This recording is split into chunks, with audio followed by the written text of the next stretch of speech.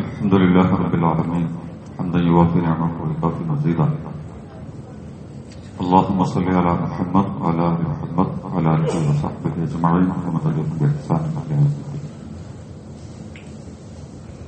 أعوذ بالله من الشيطان الرجيم. بسم الله الرحمن الرحيم.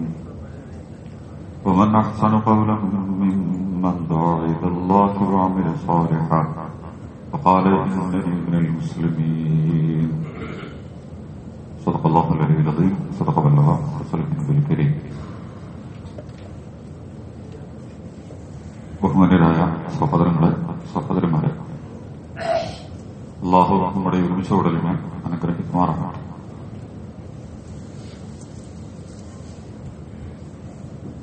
നമ്മളൊക്കെ മുസ്ലിമീങ്ങളും മുഅ്മിനീങ്ങളുമാണ്.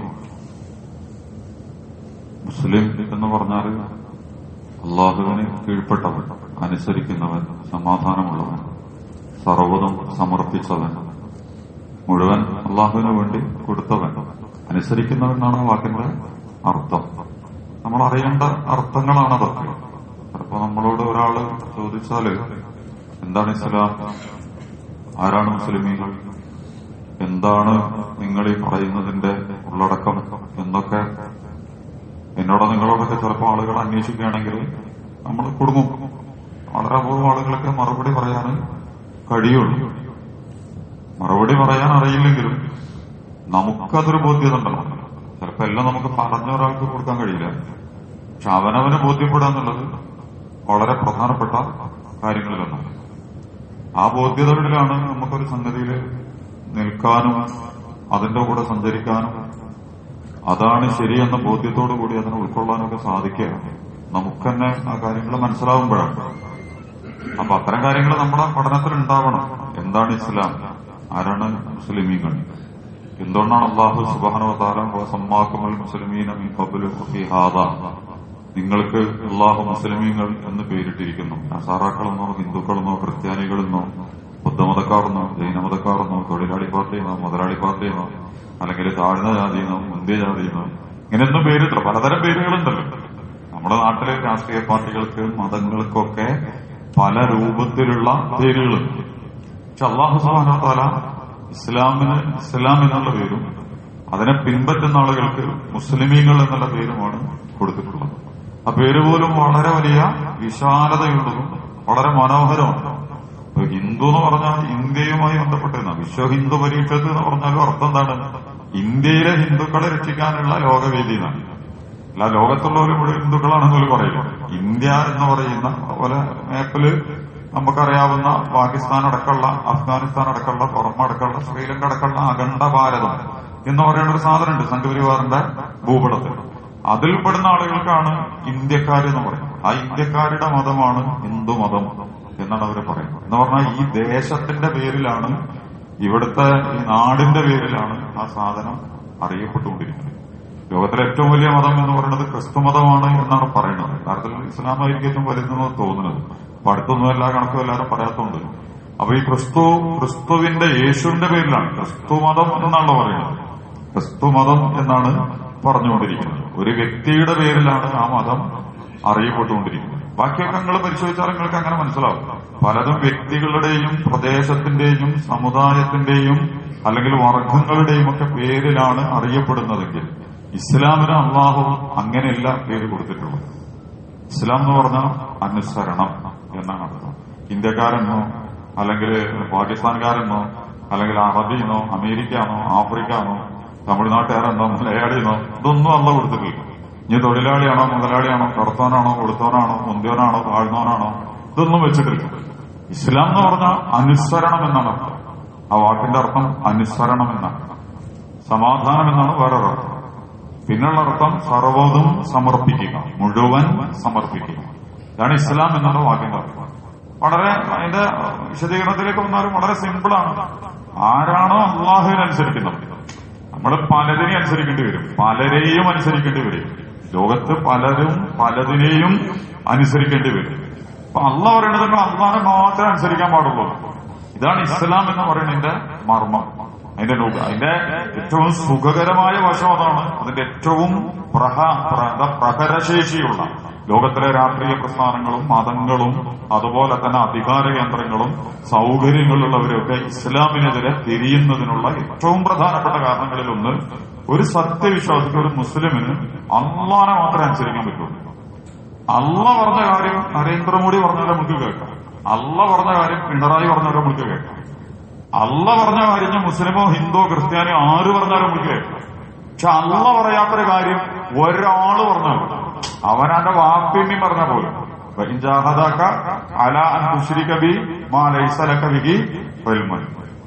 അന്റെ വാപ്പിമ്മയൊക്കെ അള്ളാഹ്ക്ക് വിരുദ്ധമായി വല്ല കാര്യങ്ങളും എന്നോട് പറയണമെങ്കിൽ ഫലാത്തൊക്കെ. പിന്നെ അതിന്റെ മേലൊന്നുമില്ലല്ലോ വേറെ മതവും രാഷ്ട്രീയവും സംഘടനയും ശാസ്ത്രവും കലയും സാഹിത്യവും വിദ്യാഭ്യാസം എന്നൊന്നും പറയുന്നത് അതിന്റെയൊക്കെ ഇതിന്റെ മേലല്ല. നമ്മളോട് അടുപ്പം കൊണ്ട് അമ്മ കഴിഞ്ഞാൽ ഏറ്റവും അടുത്തത് വാപ്പിമ്മയാണ്. ആ വാപ്പിമ്മയും പറയുന്ന കാര്യങ്ങൾ പോലും അള്ളാഹ്ക്കെതിരാണെങ്കിൽ എന്ത് ചെയ്യരുത്, അംഗീകരിച്ചു കൊടുത്തത്. അല്ല, നീ ശിർക്ക് ചെയ്യാൻ പാടില്ല. ശിർക്ക് വിശദീകരിക്കേണ്ട ഒരു ഭാഗമാണ്. അതിലേക്ക് ഇപ്പൊ ഞാൻ കടന്ന് പോണില്ല. ശിർക്ക് എന്താണെന്ന് അങ്ങനെ ലളിതമായി പറയുന്നവരുണ്ട്, പരന്ന് ഒഴുകി പറയുന്നവരൊക്കെ ഉണ്ട്. എന്താണെങ്കിലും അതും പഠിക്കൽ വളരെ പ്രധാനപ്പെട്ടതാണ്. അപ്പൊ അള്ളാനെ മാത്രം അനുസരിക്കുന്ന ഒരു ടീമിന് ബാക്കിയുള്ളവരുടെ കൽപ്പനകൾ അനുസരിക്കാൻ കുറച്ച് പ്രയാസമുണ്ടാവും. ഇവർ അള്ളാനെ മാത്രമേ പരിഗണിക്കുള്ളൂ. ഇതാണ് ഇസ്ലാം എന്നുള്ള വാക്കിന്റെ യഥാർത്ഥത്തിലുള്ള അള്ളാനെ മാത്രമേ അനുസരിക്കാൻ പറ്റുള്ളൂ. എന്തില്? എല്ലാ കാര്യവും. അതാണ് അതിന്റെ പ്രത്യേകത. ഏതെങ്കിലും അവനാന് സൗകര്യമുള്ള അല്ലെങ്കിൽ ചില കമ്പാർട്ട്മെന്റിൽ മാത്രം, ട്രെയിനൊക്കെ കുറെ compartment, street two tyre, AC, അതുപോലെ തന്നെ എന്താണ് മറ്റേ സൗകര്യമുള്ളത്, അതുപോലെ തന്നെ സ്ലീപ്പർ, പിന്നെ ജനറൽ എന്നൊക്കെ പറഞ്ഞിട്ട് പലതരം ടയറുകൾ ഉണ്ടാവും, പലതരം ബോഗികൾ ഉണ്ടാവും. അതിലെ ഏതോ ഒരു ബോഗിയിലെ ഏതോ ഒരു സീറ്റിൽ ഇരുന്നിട്ട് അവിടെ മാത്രങ്ങൾ അള്ളാനനുസരിക്കാൻ എന്നല്ല പറയുന്നത്. ട്രെയിന് മൊത്തം അള്ളാനനുസരിക്കണം എന്നാണ്. നിങ്ങളിഞ്ഞ് AC-യിലാണെങ്കിലും വേണ്ടിയില്ല, നിങ്ങൾ സ്ലീപ്പറിലാണെങ്കിലും വേണ്ടിയില്ല, നിങ്ങൾ ജനറൽ കാര്യമാണെങ്കിലും വേണ്ടിയില്ല, നിങ്ങളിഞ്ഞ് കൂട്ടുന്ന ആളോ ബാക്കിൽ കൊടി വീശുന്ന ആളാണെങ്കിലും വേണ്ടിയില്ല, ആ ട്രെയിന് മൊത്തം ഏതെങ്കിലും ഒരു ഭാഗത്ത് കുറച്ച് കാര്യത്തിൽ അങ്ങനെയാണ്. ഇപ്പൊ ഈ മതം വേറെയാണ്, രാഷ്ട്രീയം വേറെയാണ്, മതപഠനം വേറെയാണ്, ഭൗതിക പഠനം വേറെയാണ് എന്നൊക്കെയുള്ള വർത്തമാനങ്ങളൊക്കെ ആളുകൾ ഇങ്ങനെ പറയും. അങ്ങനെയൊന്നും ഇസ്ലാമിനില്ല. ഇസ്ലാം അല്ലാത്തവർക്കൊക്കെ അങ്ങനെയൊക്കെ പറയും. പക്ഷെ ഇസ്ലാമിന് അങ്ങനെ ഒരു സാധ്യതയിൽ പലതും ഉണ്ടാവും. നമ്മളിപ്പോ നമ്മളെ കുറിച്ച് പറയുമ്പോ, ഒരു മനുഷ്യനെ കുറിച്ച് പറയുമ്പോ നമ്മളെന്താണ് പറയാ? മനുഷ്യന്റെ ശരീരത്തിന്റെ ഭാഗമാണ് എന്ത്? ഓന്റെ തല ഓന്റെ ശരീരത്തിന്റെ ഭാഗമാണ്, ഓന്റെ കയ്യ് ശരീരത്തിന്റെ ഭാഗമാണ്, കാല് ശരീരത്തിന്റെ ഭാഗമാണ്. പക്ഷെ ശരീരം വേറെ, തല വേറെ, ശരീരം വേറെ, കാല് വേറെ എന്ന് നമ്മൾ പറയും. അത് തെറ്റാണ്. കാരണം ശരീരത്തിന്റെ ഭാഗമാണെന്ത്? കാലും കൈയും കണ്ണും കാതും അടിയും മുടിയും ഉള്ളിലുള്ള ആന്തരികാവയവങ്ങളൊക്കെയും ശരീരത്തിന്റെ ഭാഗമാണ്. പക്ഷെ കൈ പറയണം, കാല് പറയണം, കണ്ണ് വേറെയാണ്, കാത് പറയണം, തല പറയണം, കാല് പറയണം. ഉള്ളിൽ വ്യത്യാസങ്ങളുണ്ട്, ഇത് തമ്മിൽ വ്യത്യാസമുണ്ട്. പക്ഷെ ശരീരം വേറെ, കാല് വേറെ, ശരീരം വേറെ, തല വേറെ എന്ന് പറഞ്ഞാൽ എന്താണ്? അത് വളരെ അപകടകരമായ വാക്കാണ്. അപ്പൊ പിന്നെ ശരീരം ഉണ്ടാവില്ല. ഈ ശരീരത്തിന്റെ ഉള്ളിൽ കയറിയിട്ട് നമുക്ക് എന്താ പറയാം? ഒരു വീടിനെ കുറിച്ച് പറയുമ്പോൾ വീടിന്റെ അടുക്കള വേറെയാണ്, കോലായി വേറെയാണ്. പക്ഷെ വീട് വേറെ, അടുക്കള വേറെ, വീട് വേറെ, കോലായി വേറെ, വീട് വേറെ, ബെഡ്റൂം വേറെ, വീട് വേറെ, ലിവിംഗ് റൂം വേറെ എന്ന് നമ്മൾ പറയില്ലല്ലോ. ഒരു വീടിന്റെ ഭാഗമാണ് അത് മുഴുവൻ. പക്ഷെ വീട്ടിന്റെ ഉള്ളിലെത്തിയാൽ എന്താണ്? വീട്ടിന്റെ ഉള്ളിൽ അടുക്കള പറയണം, കോലായി പറയണം, ബെഡ്റൂം പറയണം, ലിവിംഗ് റൂം പറയണം, പ്രയർ ഹാൾ പറയണം, ബാത്റൂം പറയണം. ഇതൊക്കെ ഉള്ളതാണ് വീട്. അല്ല, വീട് എന്ന് പറയുന്നത് ബാത്റൂം അല്ല, വീട് എന്ന് പറയുന്നത് അടുക്കള മാത്രമല്ല, വീട് എന്ന് പറയുന്നത് പ്രയർ ഹാൾ മാത്രമല്ല, വീട് എന്ന് പറയുന്നത് ബെഡ്റൂം മാത്രമല്ല, എല്ലാം കൂടി കൂടിയതാണ് വീട്. ഇതാണ് ഇസ്ലാം. ഇസ്ലാം എല്ലാം കൂടി കൂടിയതാണ്. എല്ലാം ഉണ്ട്. അതിൽ അടുക്കളയുണ്ട്, ബെഡ്റൂമുണ്ട്, കിടക്കാനുള്ള വായുണ്ട്, നിസ്കരിക്കാനുള്ള വായുണ്ട്. ഇത് രണ്ടുള്ളതിനെ വീട് എന്ന് പറയട്ടുള്ളൂ. നിസ്കരിക്കാനുള്ള വായു മാത്രം ഉള്ളതെങ്കിൽ അതെന്തല്ല? വീടല്ല, അത് വെറും ഒരു പ്രയർ ഹാള് മാത്രമാണ്. ഇനി വെറും കിടക്കാനുള്ള വായു മാത്രമാണെങ്കിൽ എന്താണ്? അതും ഒരു പ്രശ്നമാണ്. കിടക്കാനുള്ള വായും നിസ്കരിക്കാനുള്ള വായുകളുടെ സ്ഥലമാണ് വീടാവുക. രണ്ടും ഉണ്ടാവണം. അടുക്കള ഉണ്ടാവണം, നിസ്കരിക്കാനുള്ള സ്ഥലം ഉണ്ടാവണം. അടുക്കളയിൽ ഉള്ളതും അല്ല പറഞ്ഞനുസരിച്ചാണ്, നിസ്കരിക്കുന്നതും അല്ല പറഞ്ഞ അനുസരിച്ചാണ്. അതാണ് അതിന്റെ സംഗതി. നിങ്ങൾ അടുക്കളയിൽ നിങ്ങൾക്ക് തോന്നിയതൊക്കെ ചെയ്യാം. അടുക്കള വേറെയാണ്, നിസ്കാര റൂം വേറെയാണ്. അതുകൊണ്ട് അടുക്കളയിൽ അവനാന് തോന്നിയതൊക്കെ ചെയ്യാം. അല്ല സമ്മതിക്കണില്ല.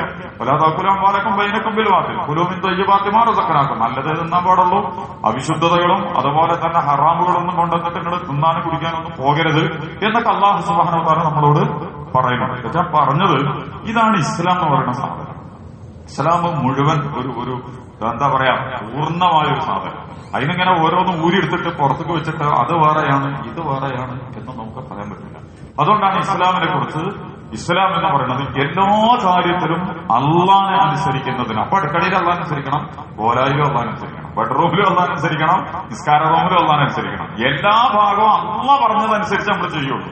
ജീവിതത്തിന്റെ സർവ്വ വിദ്യാഭ്യാസം, കല, സാഹിത്യം, രാഷ്ട്രീയം, മതം, ശാസ്ത്രം, ഇങ്ങനെ നമ്മുടെ ജീവിതവുമായി ബന്ധപ്പെട്ട ഭൗതിക ജീവിതത്തിലെ എന്തൊക്കെ സംഗതികളുണ്ടോ അത് മുഴുവൻ എന്തായിരിക്കണം? അള്ളാ പറഞ്ഞതിന് അനുസരിച്ചായിരിക്കണം. അതിനാണ് ഇസ്ലാം എന്ന് യഥാർത്ഥത്തിൽ പറയുന്നത്.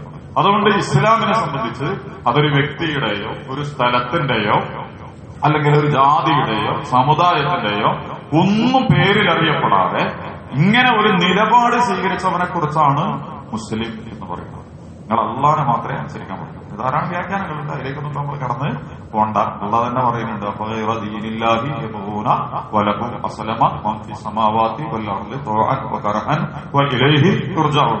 ആകാശഭൂമികൾ മുഴുവൻ, ആകാശം ഭൂമിയുള്ളപ്പോ ആകാശത്തിലാണ് ഈ ഭൂമിയും സാധനമൊക്കെ നിലനിൽക്കണം.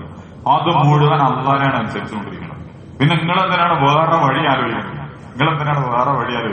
ഇപ്പൊ സൂര്യൻ കറങ്ങുന്നതും ചന്ദ്രൻ കറങ്ങുന്നതും കടലിൽ തിരയടിക്കുന്നതും അതുപോലെ തന്നെ മൺസൂൺ കാറ്റുണ്ടാവുന്നതും മൺസൂണിൽ മഴ വീഴുന്നതും ഒക്കെ നമ്മൾ മതക്കാരോ രാഷ്ട്രീയക്കാരോ അല്ലെങ്കിൽ വേറെ ഏതെങ്കിലും വ്യക്തികളോ ഇരുന്ന് തീരുമാനിച്ചുകൊണ്ടല്ല. ഈ പ്രപഞ്ചത്തിലെ എല്ലാ കാര്യങ്ങളും അള്ളാന്റെ തീരുമാനമനുസരിച്ചാണ് നടക്കുന്നത്. അപ്പൊ അള്ളാന്റെ തീരുമാനമനുസരിച്ചാണ് ഈ പ്രപഞ്ചം നടക്കുന്നതെങ്കിൽ മനുഷ്യൻ എന്നുള്ള നിലക്ക് നിങ്ങൾ എന്ത് ചെയ്യണം? അള്ളാന്റെ തീരുമാനങ്ങൾ അംഗീകരിക്കണം. അതിനാണ് യഥാർത്ഥത്തിൽ ഇസ്ലാം എന്ന് പറയുന്നത്. ആ ഇസ്ലാം എന്നുള്ള വാക്കും അതിന്റെ ഒരു ഉള്ളടക്കവും അതിന്റെ ഉള്ളിൽ ഉള്ള സംഗതികളെ കുറിച്ചും ഒരു ചെറിയ ചിത്രം കിട്ടാൻ വേണ്ടിയിട്ടാണ് നിങ്ങളോട് ഇത്രയും നമ്മൾ പറഞ്ഞത്. ഇസ്ലാം എന്ന് പറഞ്ഞാൽ അർത്ഥം നിസ്സരണം, സമാധാനം, സമർപ്പണം എന്നൊക്കെയാണ്. മുസ്ലിം എന്ന് പറയുന്നതിന്റെ അർത്ഥം അനുസരിക്കുന്നവൻ, സമർപ്പിക്കുന്നവൻ, സമാധാനമുള്ളവൻ എന്നാണ് മുസ്ലിം എന്നുള്ള വാക്കിന്റെ അർത്ഥം. അതിലേക്ക് ചിലതും കൂടെ ആയിട്ട് പറയേണ്ടത് നമുക്ക് പിന്നീട് പറ്റുകയാണെങ്കിൽ സൂചിപ്പിക്കാം, അല്ലെങ്കിൽ വേറെ ഏതെങ്കിലും ഒരു സ്വഭാവത്തിൽ പഠിക്കാൻ എനിക്ക് നിങ്ങൾക്കൊക്കെ ശ്രമിക്കാം. യഥാർത്ഥ മുസ്ലിമീങ്ങളും ഇസ്ലാമിനെ അംഗീകരിക്കുന്നവരുമായിട്ട് മാറാനും അത് മനസ്സിലാക്കാനും ഒക്കെ അല്ലാഹു സുബ്ഹാനഹു വ തആല നമ്മെ എല്ലാവരെയും തൗഫീഖ് നൽകി അനുഗ്രഹിക്കുമാറാകട്ടെ. അൽഹംദുലില്ലാഹ് സ്വല്ലല്ലാഹു അലാ മുഹമ്മദ് സ്വല്ലല്ലാഹു അലൈഹി വസല്ലം. അസ്സലാമു അലൈക്കും വറഹ്മത്തുള്ളാഹി വബറകാതുഹു.